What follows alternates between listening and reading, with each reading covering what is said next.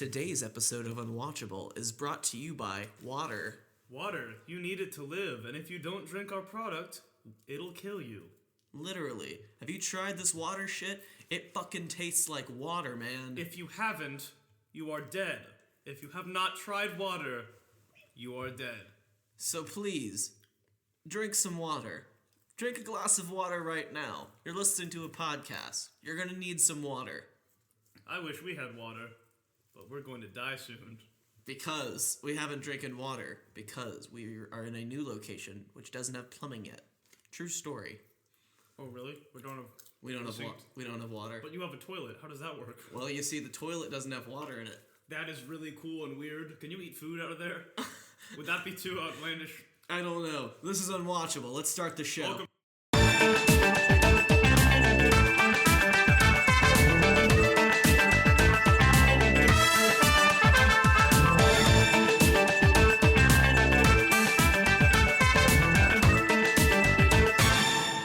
This is episode 2 of Unwatchable, and we don't know if this is going to be a regular thing, but we are joined today by the lead member of 4J and childhood Casanova, Graham Laderman. Hey, that's Graham Laderman's voice. Yes. That's the way he sounds when he opens his mouth and makes his vocal cords happen. Childhood Casanova. Yes. We should introduce ourselves again since this is episode 2 and people probably don't know who we are. My name is Rosser Martinez. I'm a co-host of the show originally. If you've heard my other episode, because I only have one other one right now, I'm one of the two people talking in it. My name is Samuel Poulet. I have another podcast, so you may have listened to that. And my name is Graham Laderman. I don't really do anything. Yeah, he just sits home and marinates, and every once in a while we bring him out to do podcast episodes. Sometimes they bring me out of the house, but most of the time I just stay in my man cave. Graham is a genetically engineered clone designed for podcasting. I just kind of echo what you said. I'm like a little wall, you know? Yeah. Like I'll just nod and shake my head and smile. Yeah, he doesn't really have original thoughts, but he contributes to the conversation. He's pretty much an extension of Samuel Polet's mind. Yeah. And Rosser Martinez's body. Like if... Oh, thanks. Yeah. No, it's like... Graham is what, like, I imagine myself being in my dreams. Whoa. I don't know if you've heard this. You probably haven't heard this, but I've been told my body is okay. Yeah, and you've also been told... Okay. And 5 out of 6 people have said Rosser Martinez's butt is cute. True fact. That's like... Hey, dude, you're okay, I guess. 5 out of 6 doctors have said that my butt is concerning. It's like an 84%.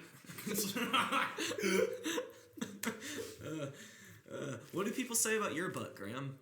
It's toned like a peach. Toned like a Cool Ranch burrito. A little bit of fuzz on there. It's not a jungle, man. It's not mad hairy. Never mind. Thank God. Oh yeah.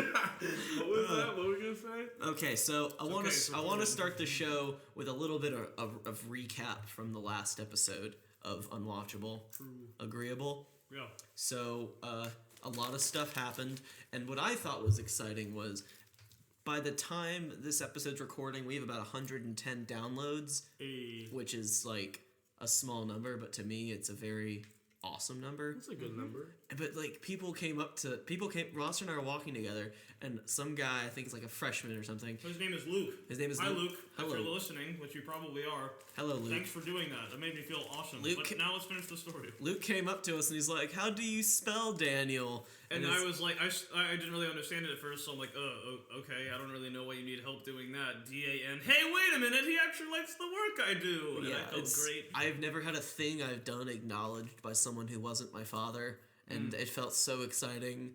Like, I don't know. It was lovely. What was the first time, like, someone, not your family, acknowledged something you did and, like, said, man, that was a really good job, Graham?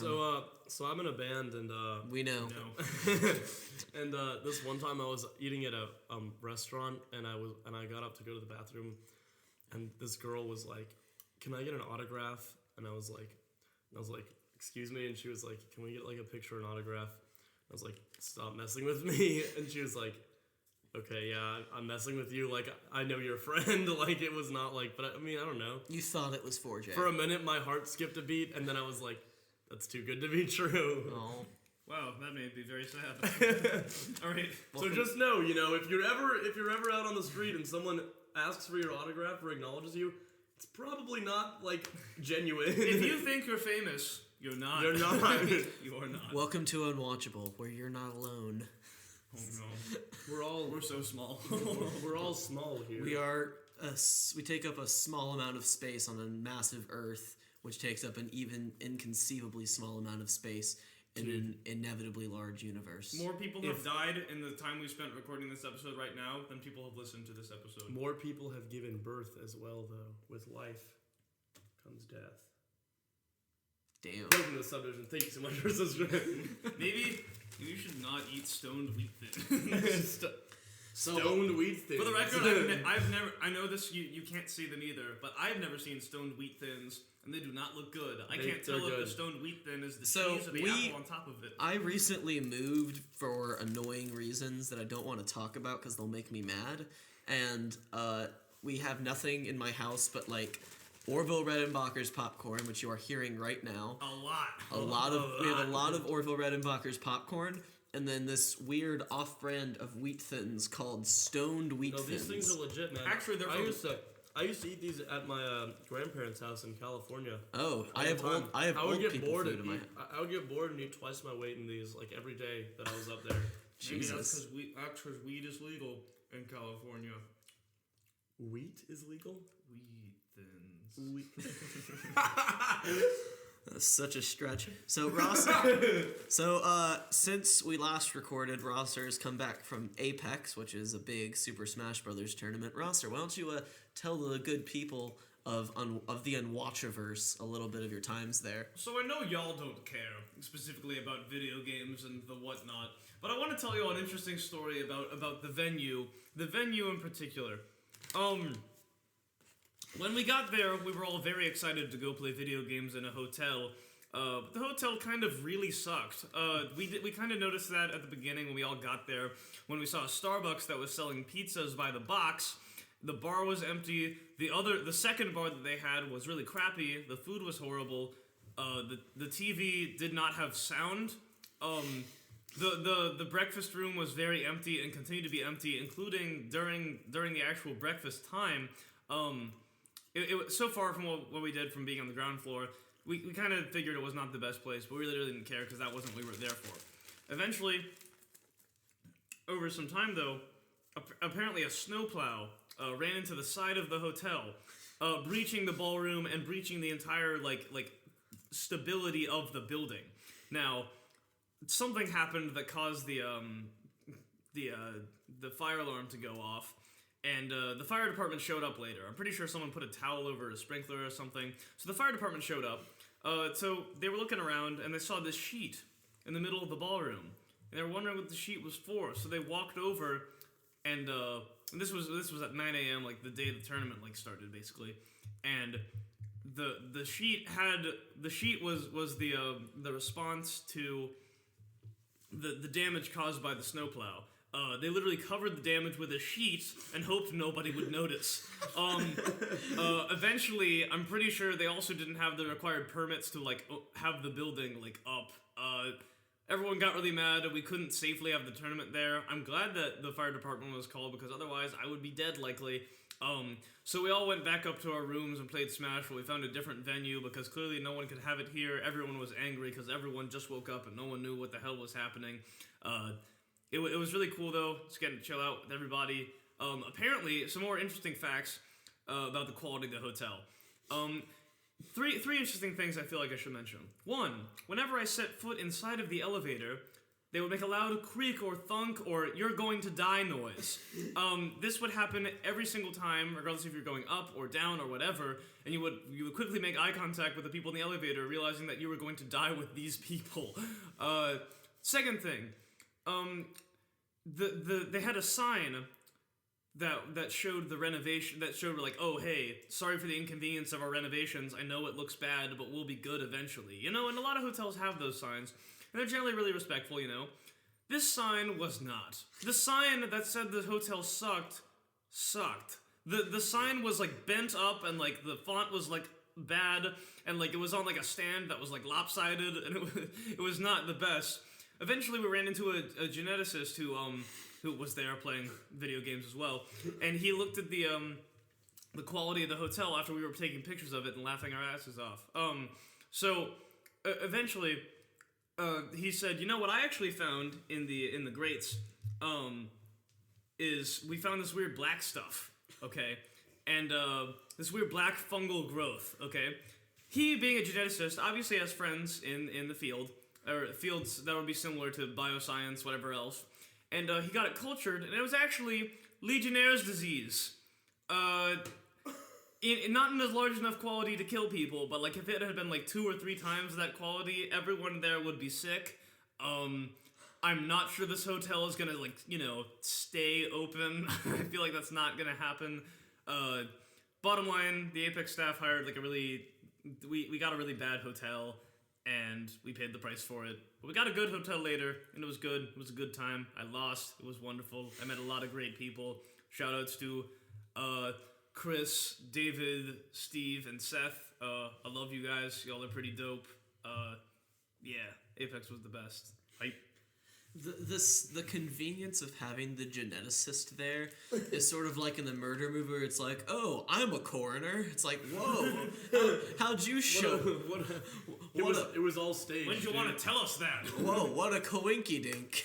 It was all staged, man. They knew it was gonna be bad all along. Man, so this race car train is out of control. I'm a race car driver. Whoa! Hey. Lord. So, more recap. I recently this weekend. I am with Mike Tyson's coming out already. Tyson. This weekend I saw what was probably one of the greatest movies I've seen in a while, and you too. 50 Shades of Grey? No, I didn't see 50 Shades of Grey.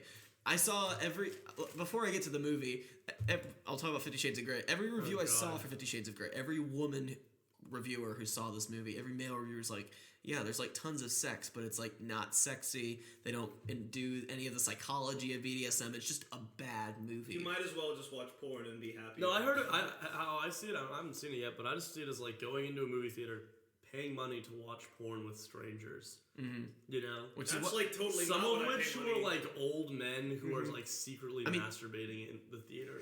You know what I mean? Like imagine looking over to your left or right and just like, out of the corner of it, just this old guy going at it right next to you, and like, I'm paying for this. And you're like, I paid to be here, not in Florida. Maybe I haven't. I know people from Florida who listen to this. It's okay. Maybe they masturbate and they know it. Maybe I'm there but shoutouts to Florida for not being able to stop. You guys just keep. I mean, you people from Florida might be saying, "Oh, Florida's not that bad." Well, no other state has a insert state name here, man. Twitter feed. I don't see a South Dakota man anywhere. Wait, do people live in that state? Apparently, they have votes. There's no way. I refuse to. It's a conspiracy. There's no way people live in South Dakota. There's no fork way. There's no such thing as the North. There's only the South. That's wrong. I was like just in the North. I go to the North every year. I'm not. No, so the movie I saw this weekend was Kingsman: The Secret Service. Wanted to see it. I want to see that so bad. This is, I was so. The first trailer I saw for it I was not convinced. Graham, this is not an ASMR podcast. Graham is reaching for. It's this sound here. Stop. Stop. So sorry. This is Graham's reaching for popcorn, which we are eating. Well, they are eating because they don't know how much food they're about to ingest in a few hours. I'm flattered that you would listen to this podcast before going to bed, and I hope that popcorn noise didn't just put you to sleep because it would for me. Yeah, I was not convinced of King. I'm gonna kill you. I was not convinced of Kingsman, but every trailer I saw was getting more and more hype for it, and I watched it, and like everything about this movie is fantastic. Like, you believe Colin Firth is a badass who can kill a bunch of people, and there's a Freebird moment in it, which I'm not gonna spoil, but like if you see this movie, you will not listen to Freebird the same. Oh, was it one of those? See, I had that experience with Supernatural, that TV show Supernatural, and Wanted Dead or Alive by Bon Jovi. That song, it's like, I love that song, man. So I mean, this is basically, it's if the old Bond movies didn't take themselves too seriously. It's got the villain with the crazy plot, but you're kind of on board with it. It's got the crazy gadgets. It's what I wish the Daniel Craig Bonds were. As much as I love the Daniel Craig Bonds. Best Bond, in my opinion. I think Sean Connery does not fit. I think he fits the bill for like this like weird kind of like this skulky old man, you know. That's not what your mother said last night. I see. Bottom line, Daniel Craig is best Bond, undisputably. I know you like the way Sean Connery talks, but Daniel Craig actually like is cool. Rasa, why didn't you hat a little tighter to your head? It looks like you have a foreskin on top of your head. I have a hat on. I apparently look like a penis. I'm being informed now. This just in, it's from Wu-Tang. So, also, I wanted to let you know now, just everyone who's listening, so you can have this juicy bit of information. It was only 4 weeks ago, maybe, when Graham actually learned who RZA was. And okay. This hold on. no. This was mid. You're literally. No, this was mid thing that we were all. Someone had made a thing in Super Smash Brothers that was RZA, and so Graham's like, "What even is RZA? You know, I don't know what that is." It was Hang RZA. Yeah. I know that's his name. I'm just saying. No, his name is RZA. It's pronounced RZA. Oh my god. Okay, I know that's how you spell the name. All I'm saying is, when it came up on the Super Smash, I was in the moment because I was shoutcasting. Actual quote by Graham Laderman: "I'm being informed now that RZA is a member of the Wu-Tang Clan." Hold on. I'm gonna go to the Wu-Tang Clan name generator. I don't need. And I am putting all of our names in this. You're gonna hear typing noises. Woo. I feel like there's just so much ambience going on because the walls are so. They like around. ambience. Oh no! This is. I'm gonna want to kill myself when I'm mixing this. Oh boy! But don't kill yourself because that's not nice. That's not the good way to do it, man. Okay. Graham. You don't need to. Ladderman. I don't need everyone knowing my name, dude. Graham Laderman's Wu-Tang Clan name is Rough Wizard. Rough is spelled with R-U-F-F. Rough Wizard. Rough, dog. RZA. Rosser's name is Unlucky Warlock. I feel like I'm not. I feel like I'm totally not that. And then I am Mad Swami. I have the best one. All right, so for the rest of this podcast, I'm going off of I am Rough Wizard. I will not. You are. What was it? Unlucky Warlock. Unlucky Warlock. And I'm Mad Swimmy. Mad Swimmy. Mad Swammy. Mad Swammy. I love that actually. Yeah. You know what the best part about this episode in particular is that we're not bitching about how many people we've lost already. Yeah, I mean that's the first episode. I mean, this is probably the last. That's bad. This is the last episode that's going to be recorded on a bad mic because I'm doing an interview with another friend of my dad's who like just gets microphones for free, and he has given me lots of microphones and an interface, so we will have a proper setup the next episode of Unwatchable. And I am. Hold on, it's gonna sneeze, and I have really loud sneezes. Sneeze into your shoulder. No, I sneeze into your shoulder. What's the word? I compressed my sneeze back into myself. So I could have. If you listen to my other podcast, you'll know that I interviewed 4J, and I hope you do. And that was a fun interview. That was so much. That was so funny. The next day, I come to school, and Graham is coming up to me doing, "Dude, I need to do a podcast. I need to do a podcast every day, and I need to be a podcast. I am a podcast. We need to podcast every day. We need the podcast. We need to do the Forge cast. We need a blog. We need a blog. We need a blog specifically for memes. Ever since, okay, I've always been like an ambitious person, you know, and in 7th grade, I would come into Latin class every day and be like, "Hey guys, let's make a blog," or "Hey guys, let's make a YouTube channel," or "Hey guys." People would shoot you down. And people would just shoot me down, left and right, you know? I mean, all this negativity, and then here I am, sitting here, Samuel is like, "Hey, I have a podcast, what do you expect me to do?" You know? Yeah. I mean, here's what I think. Because I've heard some of your ideas for a YouTube channel, and they're not good. That's why they shut them down. Graham, It's about the idea. It's not. It's about the it's about the principle of idea thing. of being on YouTube. You don't actually have to make anything. Yeah, well, that's Truth that's hits what most people hard. do on Vine. Is that? Lord. So let's get to the main topic for today's discussion, which is cat people versus dog people. Oh boy. So man. let's establish something first. All three of us have lived with both cats and dogs. So We are unbiased. I don't know Shut about. up. We're all cat people, probably. yes. let's go around. I have Okay. lived with a dog. I've lived with a dying dog, so I know like the worst part of having a dog.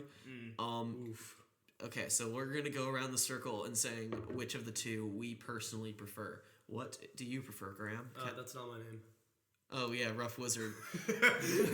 my apologies. All right. Mr. Rough Wizard, sir. Rough Wizard, what do you prefer? Cats or dogs? I think, and you're gonna hate me, but I like both cats and dogs. I think that they're good counterparts That's fair. for each other. You know. Well, That's fair. can I expand? Yeah, expand.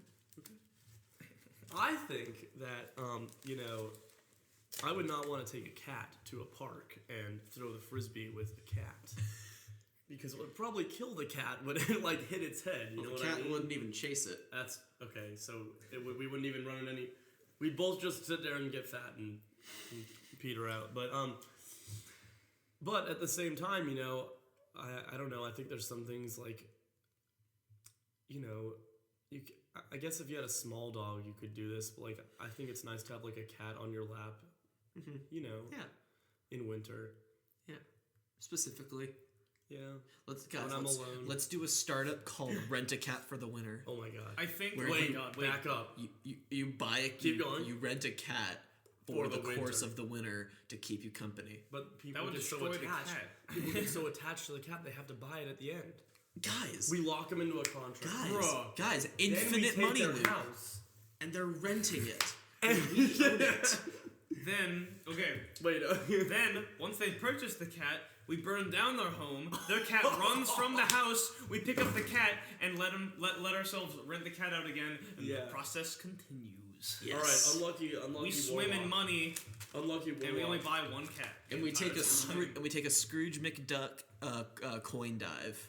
All right. Which All right. would kill Unlucky. you. Yeah, that would unlucky, also kill you. unlucky warlock. So, cat or Unlucky dog? Warlock, cat or dog. My job. Sorry, popcorn. My job is not to end. My job is not to put the question to rest. You see, because it's a very opinionated question, and it's very much based on the person and what they're looking for. I think, as Graham mentioned, cats and dogs fulfill very similar, but they fulfill similar roles, but They do it differently. They fulfill them in different ways. So, for example, I think the best example you can have is think of your cat like your roommate and your dog like your child. You see, the main points being because a dog requires constant attention, and you have to go like walk it and like give it food all the time and like feed it. No, like you have to. They're a lot more high maintenance things, and you need to put the active effort into keeping your dog happy and healthy. Whereas with a cat, it's like you come home. Well, I'll also talk about a hypothetical situation when you come home and what goes through the minds of you, the cat, or the dog. So the cat example is just a roommate. Like the roommate, like y'all live in the same home, but y'all don't like need each other that much. Really, it doesn't like y'all live together. You both pay rent, whatever else. But it's like at the end of the day, y'all are like bros. Y'all are like close, But you're not like reliant on one another. You see. Imagine you have both a cat and a dog, okay, or either or at a time per hypothetical situation. So say you come home and you have a dog. You come home through the door. Your dog's been waiting all day for you to get back home. It's jumping all over you and stuff. It's licking you, being really happy. Wants his belly rubbed, running around, being energetic. You give him some treats. You take him out for a walk. Dog's real happy. Dog pees everywhere, all over the grass and stuff. Dog's great. Dog's doing a great job being happy. You come home, and then, like, you do whatever you need to do. Your dog's sitting there right by your side. And eventually, when you go to sleep, your dog cuddles up on the foot of your bed and sleeps with you. And then, if with a cat, you see, it's a very different situation. If you come home, your cat may or may not come up to you based on how much they like you. assuming like you're like moderate distance away from your cat in emotional strength. The cat's not gonna like show up when you get there. When you get there at home, you're gonna like feed it like at the beginning and at the end of the day or whatever. But it's not gonna like freak out when you get home, and it's just gonna kind of be around, just doing its own thing. And like much like a roommate. Like if you were to come home and your roommate was gonna get off the computer and quit doing whatever they were doing, just to go give you a big hug and lick you a lot. That'd be weird if a roommate did that. By the way, you could totally arrest them. I feel like cats are there for more of the roommate experience. Dogs are there for the companionship experience. I mean, yeah, we recently adopted a little cat. His name is Duke, and he is everything to me. And I don't know what I'd do if I lost him. He's adorable. Are you crying? Yeah, he's a good cat. My cat actually does. Can I get more of this? No. Can I go to the other house and get more? We're in another house, by the way, because guest rooms aren't enough. No. How about he goes and makes more of this, and we keep talking? Yeah, I mean this is more of a loft that's separate from the house. Well, it's cool because that makes us official. It's an all-white house that I'm pretty sure murderers live in when I'm not looking. Yeah, we had to check all the rooms to make sure no one was here. Graham has no balls. No, so we got our little cat Duke out of more of like. We like both dogs and cats, but cats are just easier. We don't have the time for a dog because you need everything for a dog. And I love dogs, and I see dogs, and I'm like, I want a dog. But then when you think about it, you just heard Rosser leaving the house. When I think about it honestly, I don't think I could like deal with a cat. I don't think I could deal with a dog. I mean, because the cat is like there. I give him food and water and a litter box, and then at the end of the week, I clean his litter box, and that's about it. It's pretty much all you gotta do. And he cuddles up to me, and it's like the price of having a cat. I mean, well, I don't know. It depends on like how some cats like a little more messed up than others, but like I think the love that you get from your cat outweighs the effort that you have to put into maintaining a cat. I mean, because there's no effort at all required to maintain a cat. Well, I don't know. If your cat's throwing up everywhere, then that kind of requires... That's just because... That's the other thing. People when people are like, oh, I hate dogs, or oh, I hate cats, because, like, someone in their life picked the wrong cat or dog. Because, like, if you adopt... That's true. Well, also bad experiences. Like, I've had bad experiences with dogs, but I still, like, live with the dog, and I really like... dogs, I plan on owning a dog when I have a house. If you have a dog problem or a cat problem, it's like because if you adopt a dog or cat the right way, you adopt from a shelter. Unless you're a monster who loves eugenics and you actually like get a pure breed, you monster, get a shelter dog. It can be you can get pure breeds from the shelter. It's fine, but get a shelter dog, you monster. Anyway, that's my little rant on pure breeds. But like you get to pick out the dog and see the dog. Yeah. Like, a friend of mine, he adopted a dog 4 years ago, and it was because a neighbor had a litter of puppies, and they were, like, giving out dogs pretty much. Yeah. And they went to the neighbor's house, and, like, it was a litter of 8 puppies, and 7 of the puppies were running around like, ah! And then their dog was, like, just in the corner, just, sup, bro? And it's like, that's the one we're getting. Like, that's how you pick. That's generally the runt, though. That's like that. Yeah, but it's like, that's the one you pick, and they have I've seen this dog. It's like a German Shepherd, Husky, whatever thing. It's a kick-ass dog. Really? His name is Joe, and he is amazing. He's just a cool dog, and he's like there. He doesn't beg. Really? It's part them training him well, but it's also just he's a good dog. So you can pick like the reason we picked my cat is because like all the other cats are like being dicks, and our cat Duke was like rubbing up on us. He's like, hey, what's going on? Yeah, you want me to be your cat? Yeah, this is Samuel's impersonation of being a cat. This is gonna work out between you and me. That's how I'm gonna pick my roommate. Rosser's looking for the K-cups right now. This is gonna be funny. What's he doing? He's looking for the K-cups. They are underneath the Keurig machine. He does not know where they are. Rest in peace. Don't tell him. Just I want him to I'm come. Not going to. I want him to come back up and ask. Guys, let's keep a secret from Rosser.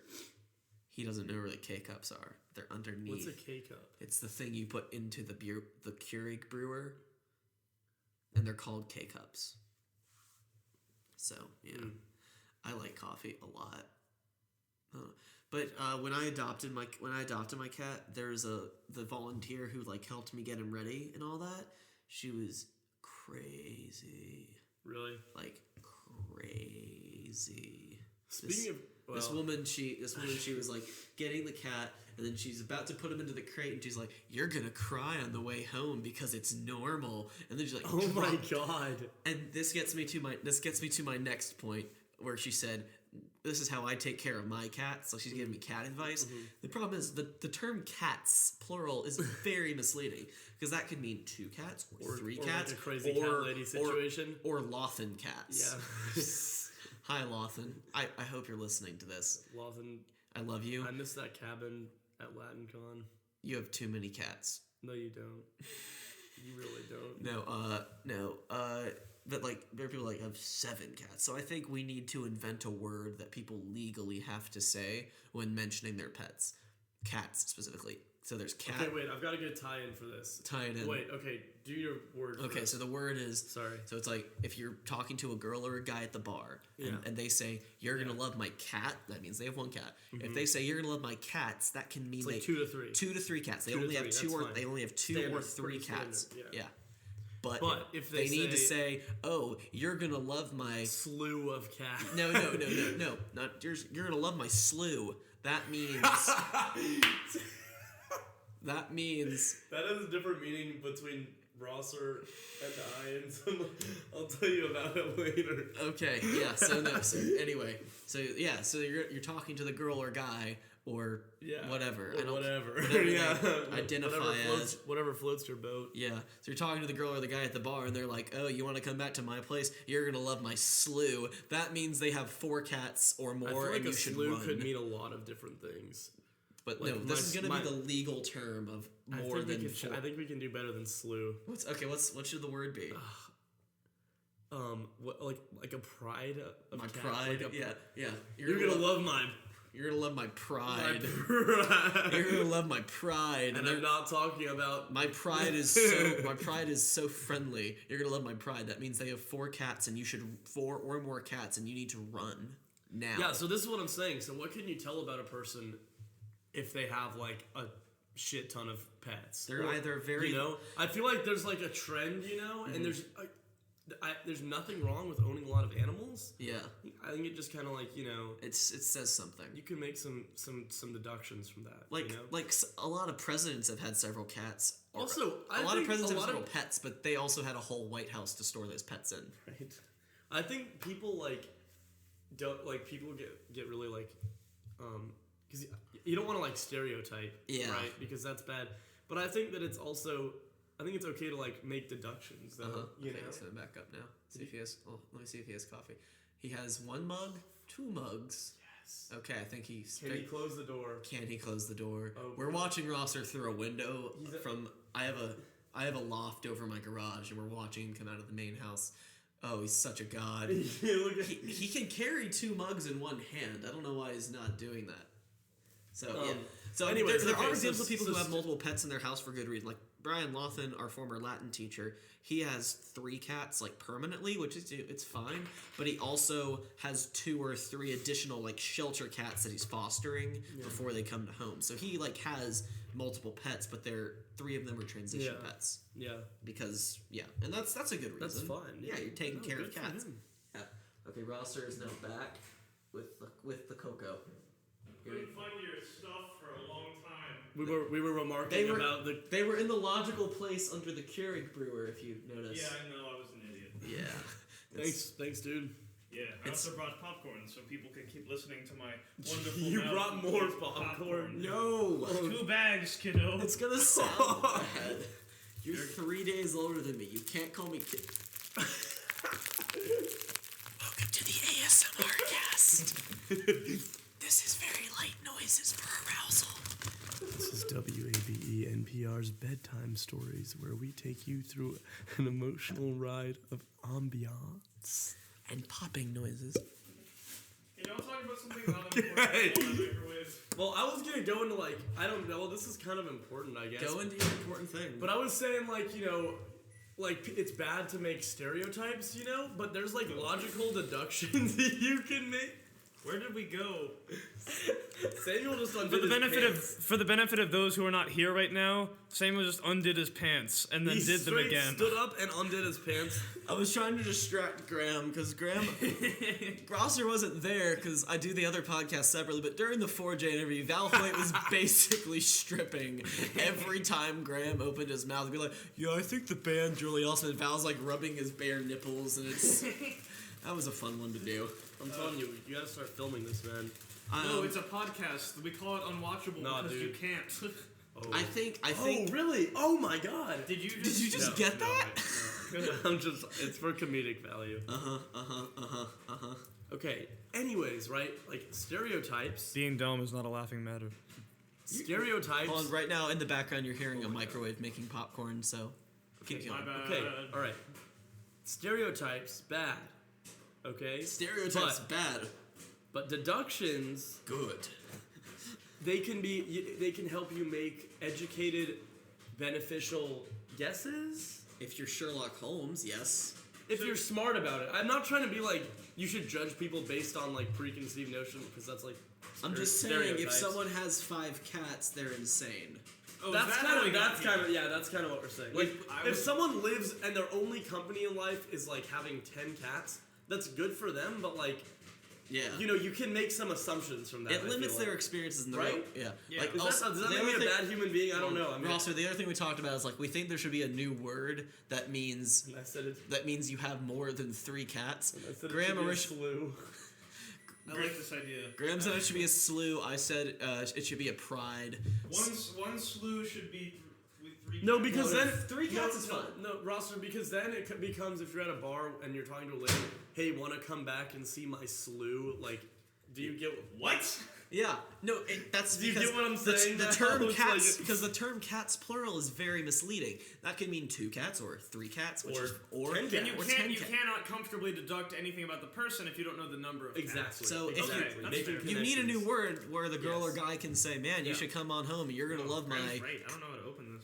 Yeah, that's right. No, wow, that went everywhere. Samuel opened the popcorn and it went legit everywhere. He is not available. like in all directions. Okay, so Rosser, Oh, what this is good. do you think the word for multiple cats, for more than 3 cats, should be?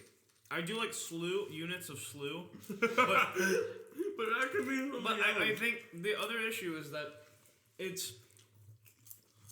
we need like a good unit of measurement because we can't just like there's a big difference between like 3 cats and 6 cats. Like Yeah. one is like okay, and the other is like whoa, Whoa! slow down, partner. It's like you need a smaller unit. Also, have you seen like cats meet each other for the first time? Like they want to kill each other. How does that not end badly? When we first got my second cat, we left her in the cat carrier just for like an hour or so, and my pre-existing cat Moxie stared her dead in the face for the entire duration. When we came back the next morning, they were still staring at each other. And neither of them moved at all, and this was like over like 12 hours or so until we let the smaller cat out into the world of our home to become the fattest thing ever. thing in existence. Oh my god! I want Rosser to. I'm gonna post this episode to Facebook. Send me some pictures of chutney, so I can post them with this episode. I think scientists would struggle defining with chutney. I think scientists would struggle defining them as like a planet or like a Pluto. You know, like I'm not sure how they would choose between those two. There are cats who weigh more than chutney, but there's also like lions and stuff. Proportionally, Chutney is the fattest thing in existence. She's a small cat, and her tubbiness consumes her entire body. Chutney doesn't really walk into a room. She more or less like wobbles. It's like She kind of oozes into a room. I think that's the verb. it's like When she walks upstairs, she like attaches to them, kind of. She eats all of Moxie's food, so in order to keep Chutney away from the food, they put Moxie's food on a table because Chutney literally can't jump. She's actually like too fat to like jump and too lazy to jump. So not only is there a mental and physical block there, Yeah. but yeah, no, there's only a mental. So fat. But no, Chutney is... When she sits around the She house, doesn't walk she in sits the room. around the house. I made a your mom joke. Just someone I should not have made it a your mom joke too, and I felt very bad, and I tried to like stop myself after I said it. I was like, no, wrong target audience. Wait, did you like say your mother? No, basically, because the words already got out there. Yeah, and you tried it's to... like My what? My what? You're Beautiful. Your mammogram. You're Martinez. You're not Martinez. I am. Ah. Would you like to be Martinez? Marry me. Well, you can't. All right. I'm so sorry. Let's talk about... I don't know, man. What's The Grammys. Thank you. Oh yeah, the Grammys happened. Oh my God. Are we talking? Kanye. Are we talking about I Kanye hate going? Kanye. First, I hate before we rant about Kanye, I'm going to suggest my idea for a show. We call it Oh Kanye. the Kanye Awards. And the host is Kanye. And he Kanye gives- chooses who gets the awards. Yeah. Kanye awards all of the awards. He says his reasoning for giving the people the awards. Everyone gives a 5-second speech before Kanye interrupts them, and then is Kanye. Literally, you just get to see Kanye be Kanye for 2 hours and watch artists... No, sorry, correction. Watch Beyonce win awards. It's also it'd be good because then the Kanye Awards would happen like the day before the Grammys, so that way you know you get Kanye's opinion before the Grammys instead of after the fact. Because like I don't know, Beck winning Best Album, I would have been of the 5 albums that were nominated, his and Beyonce's were the best.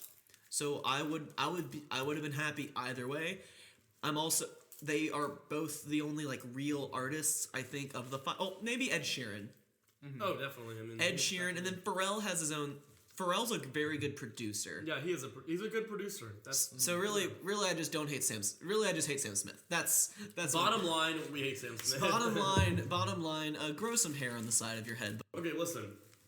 So, I'm fine with him having opinions and stuff, but my dislike of Kanye becomes like twofold, right? So first of all, the amount of like disrespect it is to go up and on stage and ruin. As an artist myself, you know, you work hard.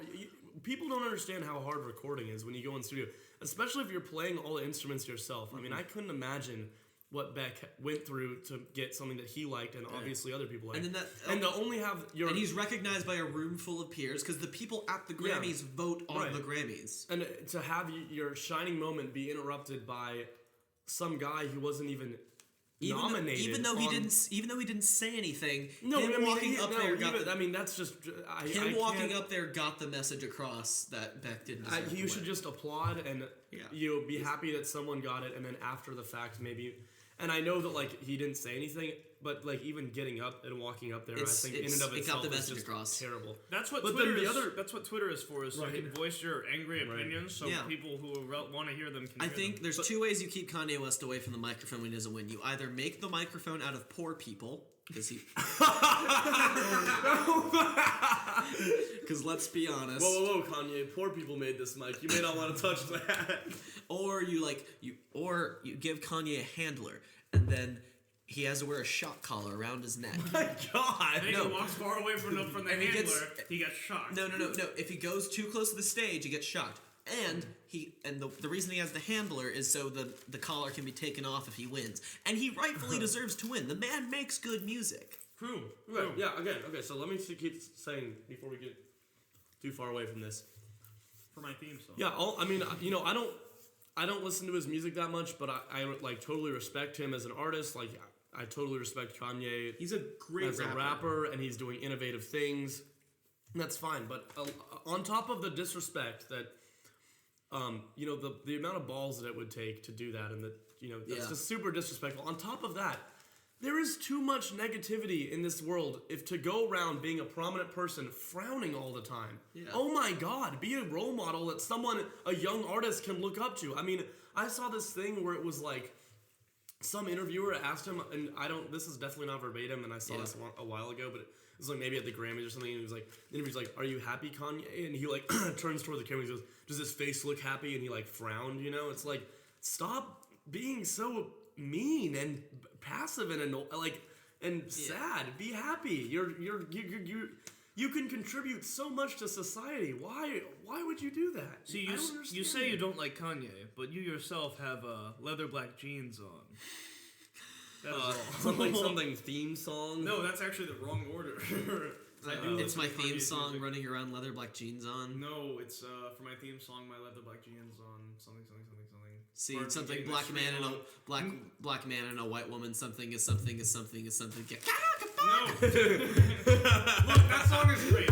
I do love that song. When that song first came out, I went on a trip with some camp friends, and then the counselors were right next door to us in the hotel. So every morning we would go ba ba ba ba na, ba ba ba, and then on the walls.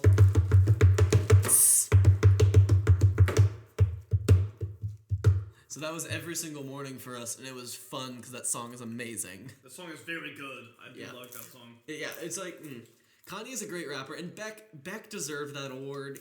I don't think that award was for Morning Phase. It was like for everything he's done. Yeah, Beck is and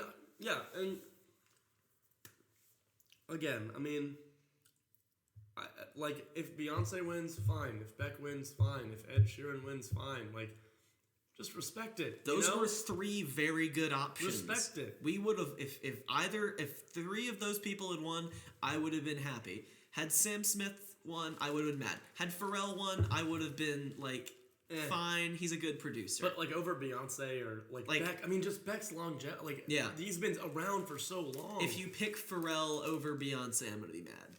But again, it just makes my skin crawl to like think about how terrible it would feel if you saw some guy who wasn't even nominated for your award come up and try to give it. You know, what makes him so special? You know, what makes it like?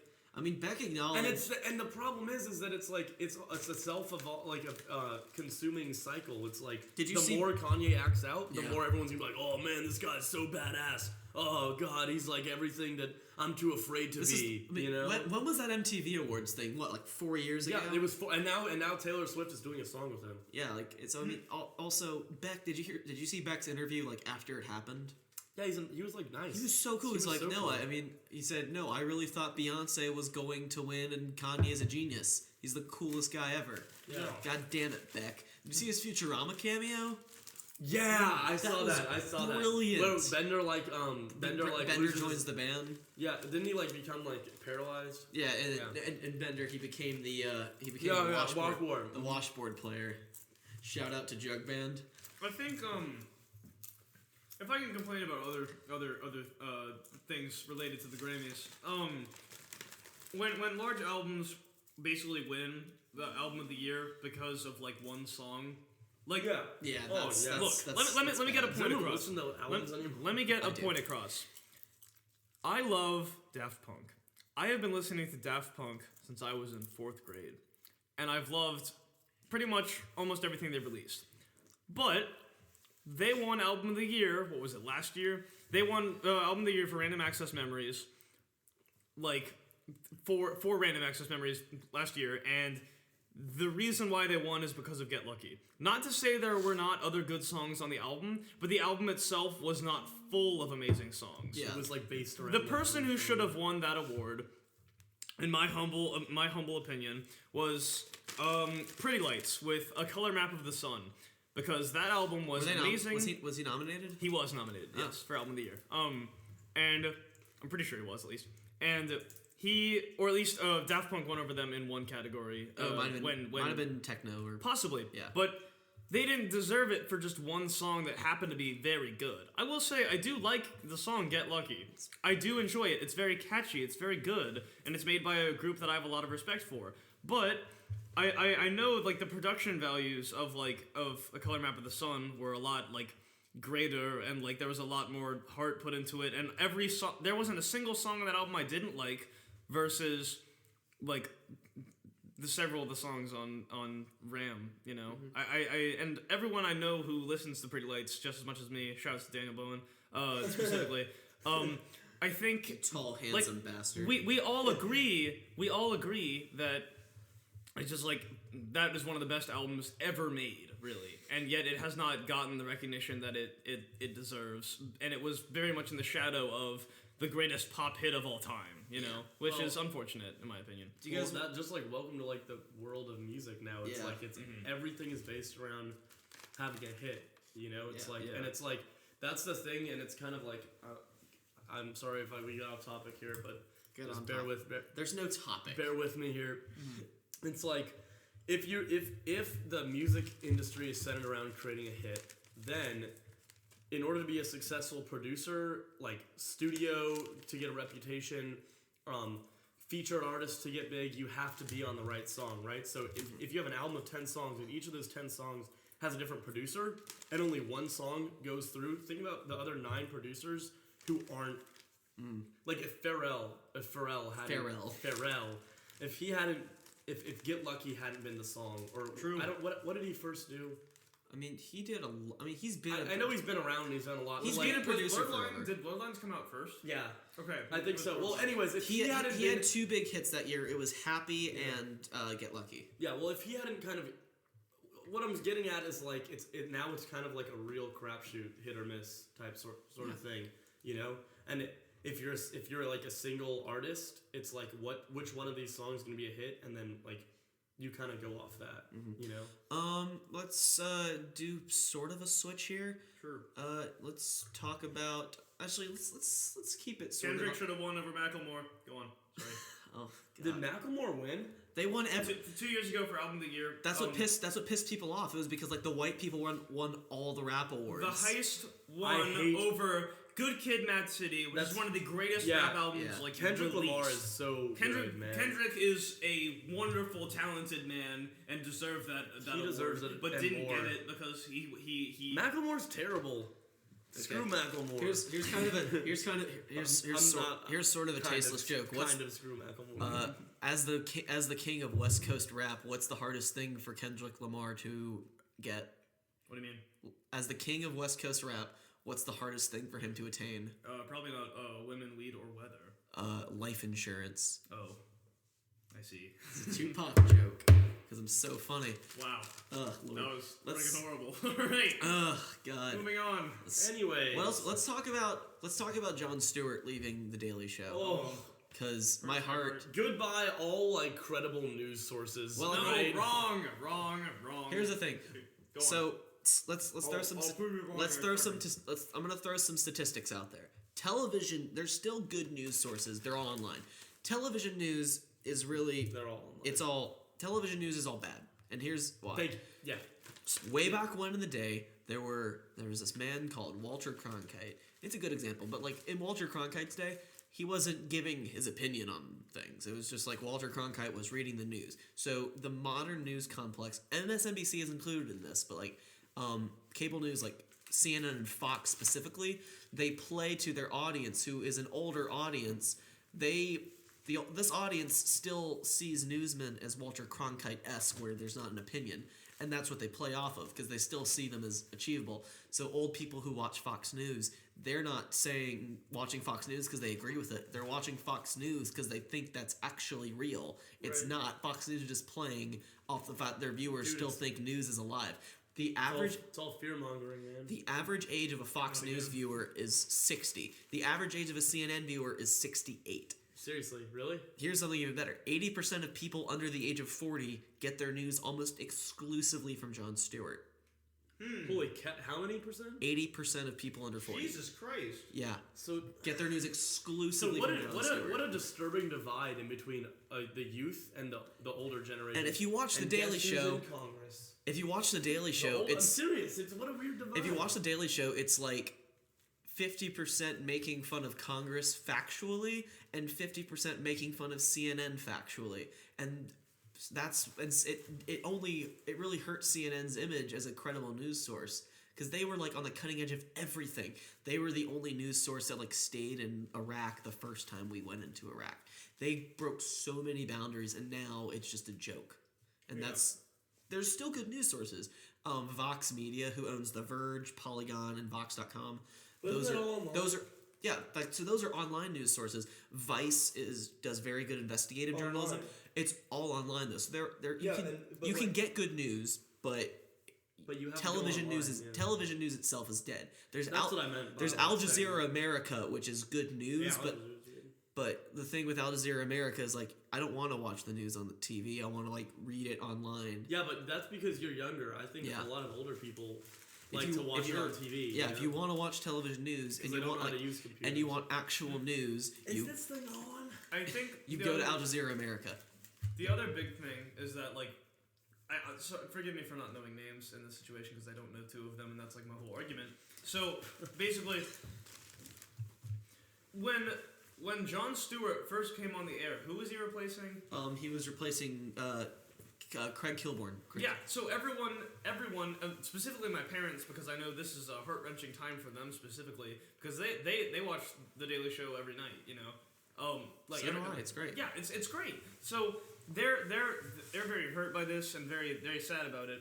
And stop. And God, so you just heard Graham putting his jacket on. I'm basically, they've been really bothered by it. But at the same time, they've been complaining about. Well, they've been noticing specifically how it's like, oh well, this is the same way we thought about Kilborn when he was leaving. Yeah. And I'm sure, and then eventually, now they love Jon Stewart, you know? Yeah. So it's like, give him like a month or something. Yeah, I know, I'm not sad. I'm sad that he's leaving, but I don't fear for The Daily Show because he has a ton of fantastic correspondents to choose from. Oh, John Oliver. Yeah, right. John Oliver. John Oliver better come in. Here's why John Oliver should but won't come back. He should come back because his face is out there thanks to his HBO show. He's become credible in people's eyes as a newsman. But that's why he won't come back, because he has his HBO show. And the reason he went to HBO for Last Week Tonight is because he only has to produce one show a week. So he can put a lot of time into one great show and spend time with his wife, which is Jon Stewart sacrifices tons of time to be with his family. That's everyone on late night. The best quote to describe this is Jerry Seinfeld, which is, "The late night talk show host is one of the cruelest experiments ever created by man. Let's take a lovable comedian and have him produce 5 hours of television a week for 20 years and see what that does to him." David Letterman is known in the industry as an asshole. It's a miracle that Jay Leno didn't become an asshole. It's a very tiring job, and that's why John Oliver won't come to the Daily Show. Which makes me wonder, why don't we have like a rotating cast of people? So like every Monday somebody does. Every Monday there's one. Every Tuesday there's a different one. Yeah. So every week the show, like the Daily Show for example, would stay the same and keep its feel, but have different tastes to it. Well, that's the other thing. As the host of the Daily Show, Jon Stewart isn't just he comes to the office every day, but also he's working. So he's not just working on what happened on Monday. He's working on Thursday's show and the next Thursday's show. True. So when you're the host of the Daily Show, you're also the executive producer of the Daily Show and the showrunner of the Daily Show. So you're running a ton of stuff. So it's a very tiring job. Having multiple hosts could work, but that just means you have to have a showrunner, which means you're just putting all that on them. I think if we really wanted to do it, my two favorite, the correspondents they have to choose from that are qualified, just given how long they've been there, Samantha Bee, Jason Jones, and Jessica Williams. So Samantha Bee and Jason Jones, I think they should give it to both of them as co-hosts. Jon Stewart caught some disease a while ago. It was like a 24-hour bug where he could not be on the show. So Jason Jones and Samantha Bee hosted the show that day. Jason Jones did the first part of it, and then he and Samantha Bee did the rest of the show. They're actually married in real life, but they were brilliant together. I think giving it to them would be great. And then Jessica Williams is also, she's been there for a while, and she's also great. All three of them would be great picks as hosts. And Stewart, I don't believe he was working on The Daily Show when he first got there. They brought him in from somewhere else, and that's why it was weird to give the job to him. So yeah, that is my take on what. I think the show's gonna live on. Larry Wilmore has his thing, which is it's nice. Have you watched that? Yeah. Is it good? It's good. The first part is sort of like The Daily Show. It's an editorial, and then so he does an editorial, and then the rest of the show is a panel discussion about the editorial. Is So it, like, like pretty well, like, does it have even sides or is it like super they did one-sided? they did an episode on the anti-vaccine Oh, campaign. God. We'll talk about that for a bit, but so the panel was basically two doctors, one of his contributors, and then one anti-vaxxer. So I mean, it was a fairly slanted against her, but yeah. But I mean, how can you Yeah. like? There's no real like ground to stand on with anti-vaccinating. So people's argument against anti-vaccines is because they're generally afraid of them. They base their fear on a paper published by a disgraced British doctor, and people say, "Oh, but what if the community thought his research was real?" And then they just kicked him out because they were afraid to expose the truth. But that's not what scientists do. A lot of the great scientists were poo-pooed, but the way scientists in charge. But here's the way science works: is other scientists looked at his research and said, "Oh, he faked." Like it was proven that he faked evidence that his paper was based off of. Then, because of his paper, more studies were done, and you can't draw a conclusion between vaccines and autism. That's the main fear they base it on. So, also, a lot of these diseases, they say, oh, they're not so bad because they've been eradicated to the point where we don't remember measles or anything. And if you really don't think vaccines work, I want you to ask yourself this very important question. Are you currently suffering from polio? If you answered no, then vaccines work. If you answered yes, then you're listening to this in Africa where they still have polio. Yeah. And they really want the polio vaccine because they know it works. It takes some senseless disregard for the populace to not get vaccinated because it's very much a movement I'm not even a movement. If you're not vaccinated, you're like whose fault is that really? And it's definitely something that works if everyone gets vaccinated because it helps everybody else. But if you're going to decide to opt out of this thing because you know better. I'm doing air quotes with my hands, but this is a podcast. You know better, and you've decided not to vaccinate. Here's the funny thing about this whole anti-vaccine movement. You'd think about it, it's like, oh, it's a bunch of really dumb people out in the middle of nowhere who aren't getting vaccinated. No, it's like this weirdly super liberal population. It's everyone who shops at Whole Foods. It's a super... all Whole Food shoppers. Yeah, seriously. No, actually, Georgia, where vaccines are mandated to join the school system, thank God. Yeah, Georgia, same with Colorado. Basically, shoutouts to my cousins. Any state where there isn't a mandate to vaccinate your kids for them to join school is basically where this is happening. The flu vaccine is not. The flu vaccine is not required because its effectiveness shifts year to year. Some years they get it right, some years they don't get it as right. But Georgia, you're required to get vaccinated. California, you're not because this one group of super liberal people decided it's dumb. And what even funnier, the Republicans are the ones standing up for this group of super liberal people electing not to vaccinate. Well, because the argument shifts. If you want, as I've seen it, the argument shifts to, the government has no right in my home. Okay, fine. But, it's your responsibility. If you don't want to vaccinate your kids and you want to create, your own little citadel, a little bubble for yourself to live in, then that's fine. Do that. But if you're going to be in contact with other people who are actively, trying to not, be dumb and die, be dead, then you should, don't be a dick. It's just Rosser is for those of you not present in this room with me right now, which is everybody except Graham and Samuel. I have. You are getting food soon. I swear. Okay, don't make it. Okay, I'm now putting the third bag of popcorn on the table where I will not be popping it because my friends hate me. I don't hate you. You're getting a lot of food soon. You enjoy watching me suffer. I love you, Rosser. It's okay. No, it's okay. The other argument they throw at the vaccine people is they stand to make $40 billion this year. Yeah, because they make a thing we all need. Yeah, it's like... GM stands to make $1 billion this year. Yeah, because they make cars, which you need to, go to work far away. Hospital bills are expensive. You'd be, ugh. Did you know that doctors stand to make a lot of money? Yeah, because we need medical care. Yeah. God, that asshole, he's going into pharmaceutical representation. He's going to make a lot of money, yeah, because He's gonna save a lot of lives, dude. He's gonna sell a lot of drugs and make money off. Like, if you sell a thing that people need, you're gonna make a lot of money. That's like, you could say that to anyone. It's like, Apple made $18 billion this year. Yeah, because they sell computers. And if you're in the 21st century, you basically need a computer if you want to interact in the 21st century.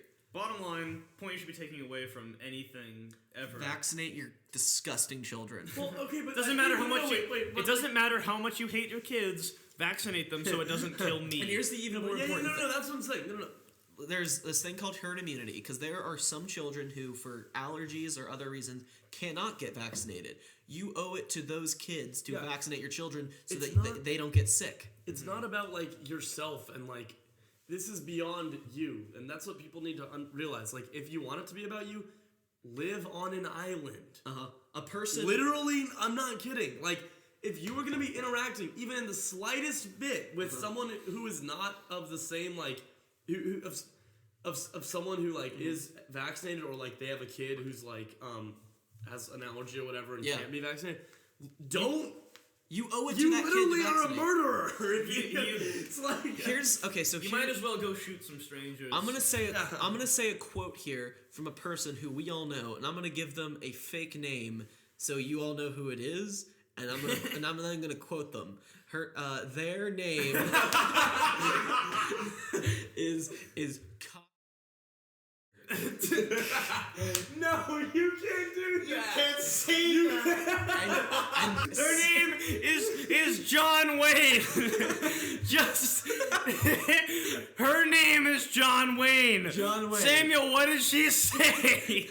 John Wayne Calic Bander said to me... Shut up, dude! I'm publishing this, and it's going to be funny. Said to me, and I quote, "It's better just to let the kids not get vaccinated, because then they get the disease, then they're immunized against it, and it's really not that bad to get measles."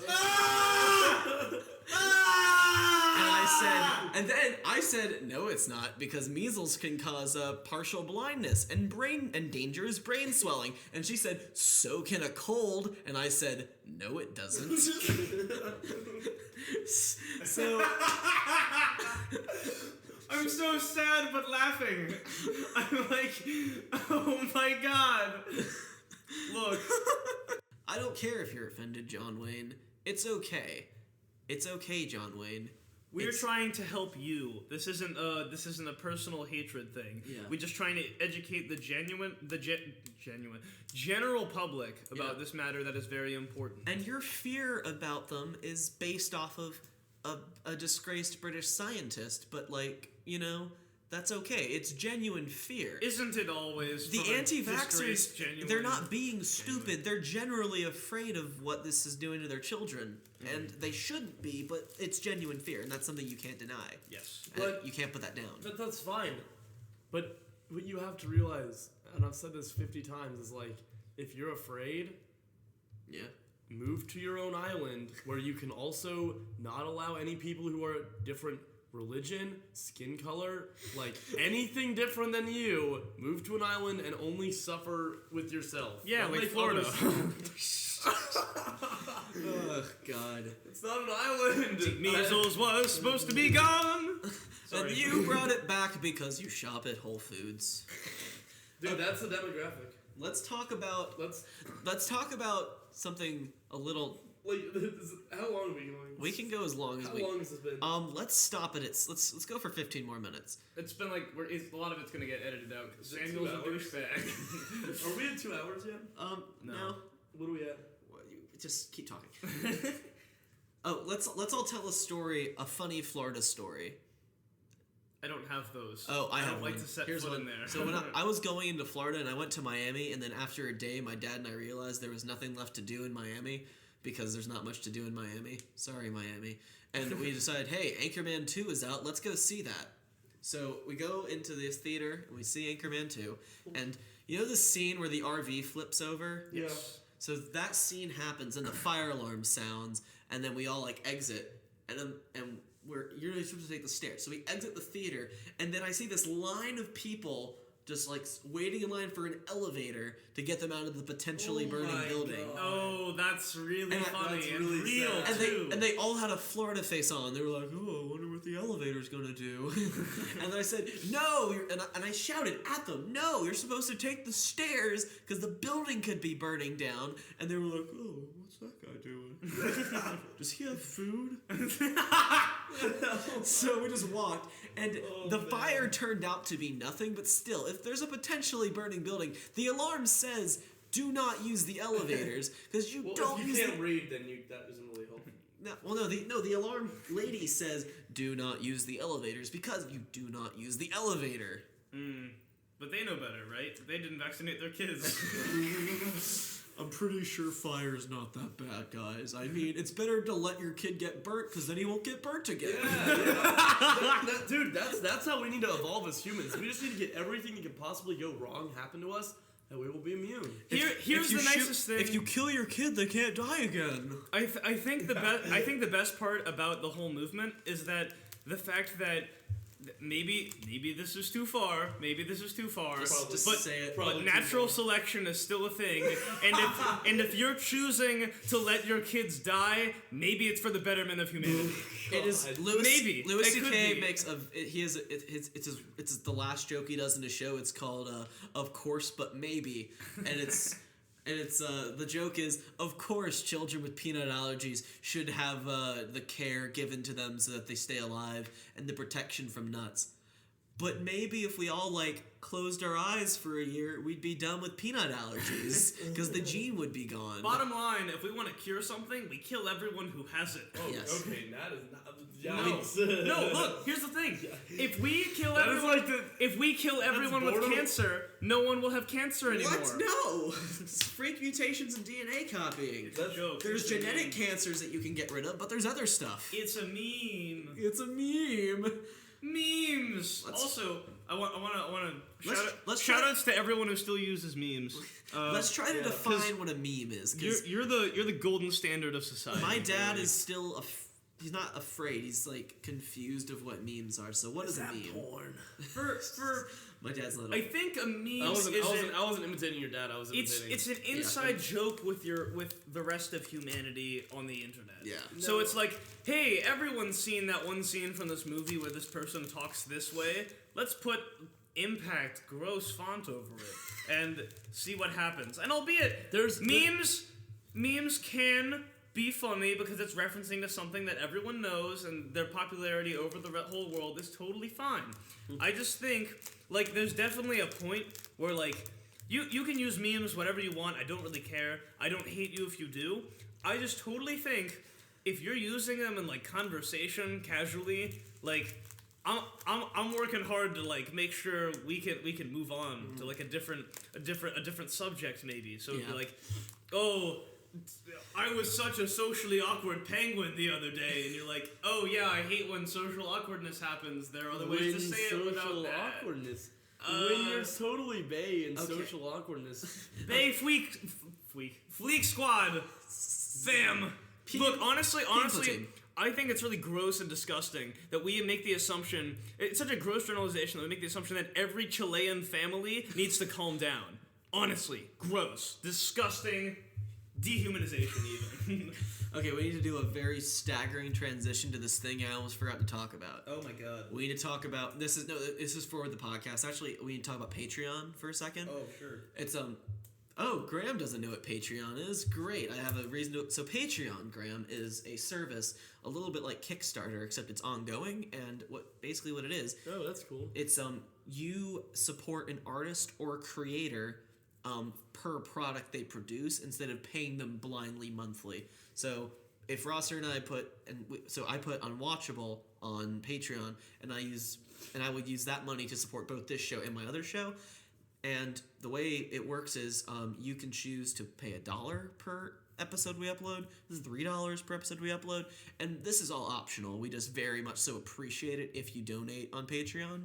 And there's different perks. So if you donate at the $1 level per month, we will send you get this episode and some bonus content a day earlier than everyone else gets it. Do we have DLC? What? Do we have DLC? You can post photos up there and people can grab them. Pictures of chutney incoming. Yeah, so you'll get some You'll get some Chutney Martinez wallpapers. Wait, do you have this set up? Yeah, it's all set up right now. 1920 by 180 height. Yeah, so you can go to right now. So let's go through the perks right now. So $1, you get early access to episodes and updates and all that, and exclusive photos. If you donate $3 a month, this is limited. So the first 50 people to choose to donate $3 a month, Rosser and I will record your outgoing voicemail for you. And just send us a script or what you want to talk about, and we will make a funny outgoing voicemail for you. Or if you don't have a script to provide and you trust us to be funny, just trust us. Trust us. We'll be funny. Just give us your name, and we'll be like, hey, you've reached the voicemail of Pussy Riot. What? If you're Vladimir Where did that come from? Pussy Riot is a Russian band. I know what they are, but it's what like, if you're Vladimir Putin, go fuck yourself. If you're anybody else, please leave a message at the tone. And then, yeah. So it's something like that. And then the last one, if you choose to donate $100, you will get to be a guest on Unwatchable. Also, I'll give you the biggest hug you've ever seen. And then, so I hope you live in this state, because I will not be paying for travel fees. If you go to Patreon, you'll see some stretch goals, which is basically how much money we want to produce per episode. The bottom one, and I'd say the most important one, is $30 per episode, because that just covers how much it costs to host this on the internet. And then everything else is like get better gear, get better editing software, guaranteeing that we upload more frequently. But those goals are nice to reach, but the most important one is that $30 a month one, just so this becomes free for us to do. And I'm going to say it again. This podcast is going to continue to be uploaded for free forever. It's just, we appreciate if you want to go to Patreon. So you go to patreon.com, that's patreon.com/unwatchable, and you can donate at whatever level you want to. It's completely optional, but we greatly appreciate your support. Mm-hmm. Okay, now that we've been done shamelessly plugging ourselves, it's time for the free plug party. I totally actually had something to freely plug, like on the way over here. Okay. I can't remember it right. Can I do like a negative plug, like something I don't understand that a business I love Go for it. It's the free plug party. Recently, I've been encountering the issue that Taco Bell is no longer open till 4 a.m. At least like you used to be able to like walk in there like really late at night and get your food and stuff. I remember one of my favorite. Actually, no, it was actually horrifying. But a moment I will never forget. Let's put it that way. What was shared at a Taco Bell at 3 a.m, and I loved that. Even though there was an old man there who said that me and my friend were very dangerous people, and we were going to try to rob the store and kill everybody. Even though I'm like young and my friend is like younger. We were not scary or threatening looking. And this man was freaking out and like guarding strangers who would also walk in like from us. And he kept on like whispering to the cashier and like this one lady who walked in. He's like, "Stay away, these two are troublemakers." So are you plugging Taco Bell? Or I'm roasting Taco Bell for closing their fourth meal policy, because that was the beauty of Taco Bell. I was like, fourth meal, man. It was like they're open till 4 a.m. serving the best food ever. It goes straight to your veins, feels great, it's wonderful. Taco Bell is really an experience. And taking that away really made me sad. I recently wanted to go to Taco Bell late at night. Now, albeit the drive-thrus are still open semi-late, but technically they're no better than McDonald's anymore, which makes me sad. And that's probably, come to think of it, that's probably the reason why they stopped being open so late. But I personally loved Taco Bell's dedication to being open and letting me poison myself whenever I wanted to. And now I can't. So I feel betrayed by you, Taco Bell, because I love you very much, and my family does too. I eat there pretty regularly. My parents, even after they got married, immediately after their like wedding, like before the recession, before that, they were like, they went to Taco Bell and they were like in their like wedding dress and like suit, tux, whatever, and they were in Taco Bell getting food because that food is amazing. So have you seen the triple steak stack? I haven't, but it's beef, more beef and cheese on like flatbread. And I'm also gonna take this opportunity to roast you for automatically adding lettuce to my tacos. When I'm like soft chicken tacos, I didn't say soft chicken and lettuce taco. I said soft chicken taco. Okay, my free plug is, and Graham, start thinking of one. My free plug is I want to plug our good friend Adam Alexander, also known as Demo Taped. This man is not only a musical genius, but he has one of the prettiest voices you will ever see in a man. Dear God. Oh my God. Ugh, what a voice. He has a single coming out soon called The Void, and it is beautiful.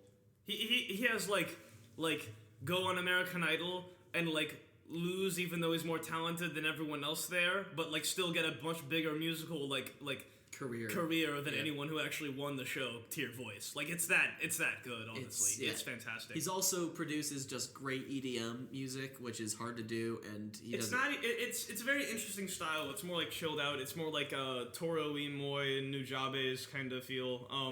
It's very good. I love it. Yeah. I love it a lot. Graham, you have anyone you want to plug on the free plug party? Can I do a... Okay, this is an idea, you know. Are you trying to plug some? Are you trying to... It's kind of... Should we finish the free plug party? I think... I gotta formally finish the free plug formally party. Finish it. If this is not a plug. Well, it's kind of... It has to do with Snapchat. Well, I can plug another thing if need be. I can definitely plug another thing. Yeah. Except plug it positively this time. Yeah. See, yeah, okay. Well, go ahead. Do you want me to? Okay. Okay, and then we'll do your thing. A very influential artist in my lifetime was a man named John Seba, spelled Junseba, whose stage name was Nujabes, spelled with the same letters, but exactly phonetically, really.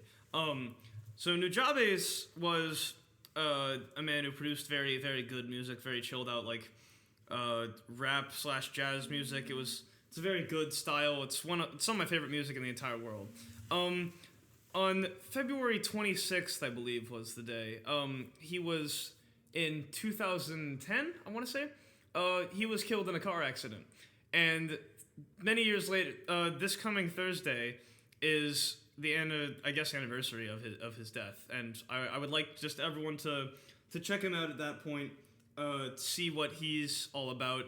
He makes incredible, fantastic music, and I think he lives on in the legacy of the people he's affected, and I'm one of those people. So I to listen to wonderful music, go look up Nujabes, listen to it. It is very good. It's very good. I would recommend it to everybody, not just because he's like dead and all, but I feel like it's a good time to remind people to just remember that he's an artist and a very good one at that. So. And with that, we are now finished with the free plug party. Graham? Okay, what if Snapchat had group chats? Never. Why? That'd be awesome. I think it's... That would be perfect. I mean, I think it's supposed to be like a private thing. It's the intention... No, but what if you could just send memes to all your... What if you just, instead of having to go through your whole friends list to find out who you wanted to send your embarrassing create a group meme of people. to, have a group where I could just be like, meme boys, you know what I mean? And then you can like all this send too. memes to each. So when you default send it, and like, because also the thing about snaps is like, if you send a snap to 3 people, they don't know who else got the snap. Exactly. Mm-hmm. So it should be like because then you can all like roast. You can. That's good. That's good. So it's like I like that idea. If I send a picture of dick butt to 5 people, understood. All of those 5 people know who else they got. They all can talk about it with each other, and they know that everyone else got the dick butt. Snapchat. Also, send now us people money. People can. We just Actually, made. Let's excuse me. We just made your product better for the cost of nothing. Also, send us money. Make your app. Make your app not terrible. Send us money via Snapcash. Yes, because everyone. Send us money via Snapcash. This is the ASMR podcast. There's popcorn everywhere. Help. Anyway, It's popping off. Okay, so that's a good idea. It's a good idea because also Snapchat's app is terrible. It's just a bad app. I think it's a great app. Like in terms of like how it's built, Snapchat as a service is a good service, but the app itself is terribly built. Do you agree? No, yeah. I don't think so. It crashes. It has terrible lag with photo. It's like little things. Maybe it's because you have an Android. I have an iPhone. No, you don't. wrecked. Sorry. He's holding his iPhone 6 Plus and making Graham look like a total fool. He's making my iPhone 5C look like I don't really. care. Graham is a fool. I don't know if you know this, but Can't Graham confirm. is a fool. I'm a fool. A darned fool. Fool. I like that word. Yeah. I don't know. Graham has an iPhone 5C, which is fine. Okay, There's nothing wrong with having an iPhone 5C. It's fun and small, like me. It's compact. Graham is taller than me, definitely more muscular than me, and definitely not small. Okay, let's do some wrap ups and calls. Someone say raps? Let's do some wrap ups and calls to action, and then we'll right. we'll end the show. So calls to action, which is basically make sure if you're not a subscriber, if you haven't subscribed to this feed, be sure to subscribe. Please. You can follow us on Facebook. Like us, it's facebook.com/unwatchable. It's easy to do. Yeah, I'm not gonna plug Patreon at the end of every episode. I'll have it in the links below the episode, but we're not gonna talk about this every time. This is just the one time asking you for free money, please. Yeah. But It helps a lot, and it really also means a lot. Like, you just gave us money, like to do a thing we love. That's so kind. And it means you like this thing we do enough to give us money, and we appreciate that. That touches my heart more than it touches my and we wallet. didn't make you give us money. You decided to give us money. That's actually the coolest thing ever. We're And putting out a thing for free, and you gave us money for that. also, the first donator will receive shout-outs. Yes. In mad fact, shout-outs. Yes, definitely. So, try to be the first one. I will know. I hope I know. If I can't find out, I'm just gonna shout at the first group of people because I don't know how well their notifications are. Can they send like a text through donations on like PayPal and stuff? No. It's I thought you could. I think they use Stripe for their payments or I don't know. But Well, anyway. Yeah, so Twitter handles. I am at Holmes or Simpson. Rosser is at Viram. Graham, are you on Twitter? Yeah, but it doesn't matter. You can follow. Are you at 4J Music? Yeah. You can follow Graham and his band 4J. 4J_music. yeah. You can. Be on the lookout for upcoming EP. You can find them. Nice. You can find them on SoundCloud. You should be able to find them on iTunes at some Everywhere. point. Just search it. Just look for 4J. It's FORJE. Is there anything else we want to? Vaccinate your damn kids. Yes. Or move to an island. Yes. Yeah, or move to There it. you go. Those are your options. Move to an island or vaccinate your children. And if not, Don't touch me. Yeah. Stay away. don't be anywhere near me. And with that. And with that, we will end the show. Don't set foot in Florida. Good. Sorry. No. No. Also, Florida's cool. boycott North Korea. I know I'm taking a controversial stance. I don't like North Korea. Whoa. We can edit all this out. The podcast is over. Yes. Okay. End the podcast. Good night, and I love you.